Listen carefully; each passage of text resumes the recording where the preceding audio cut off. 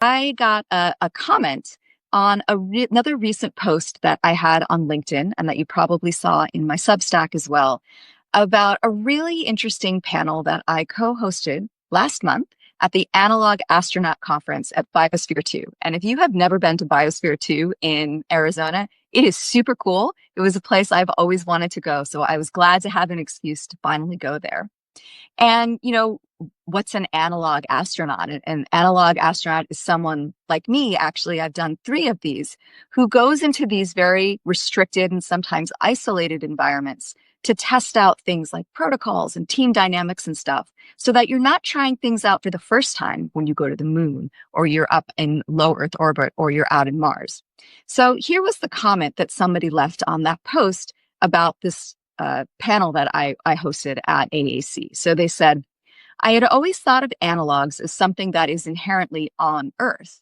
But thanks to your panel, I realized that it could be brought into doing any kind of simulation of a more difficult, expensive, or dangerous mission in a safer environment. I'd love to hear more of this conversation. So during this conversation at AAC, where I had 2 actual astronauts and another really awesome analog astronaut with me as well, here are some of the things that we did. The first thing we did was redefine the concept of an analog to think just beyond Earth. So here on Earth, we do these analogs in caves and deserts and tops of mountains and the bottom of the ocean and all kinds of really interesting places. But the whole point of our conversation at this conference was thinking about the International Space Station itself as an analog for that really long journey between the Earth and Mars, which is going to be 6 to 8, 9 months, could be even more, depending on when you launch.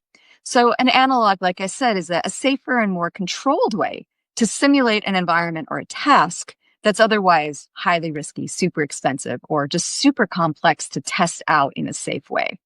So some other ways we could be looking at analogs for things like Mars are orbital platforms, right? What if you could use a low Earth orbit or a space station in Earth's orbit in order to test these things? So the International Space Station is due to go offline around 2030. So if we want to use the ISS for this, we got to get moving. But there are also commercial space stations like our friends at Vaster, still scheduled, as far as I know, to launch one this year, where we might have an opportunity to run some of these experiments closer to home. But we could use other things too.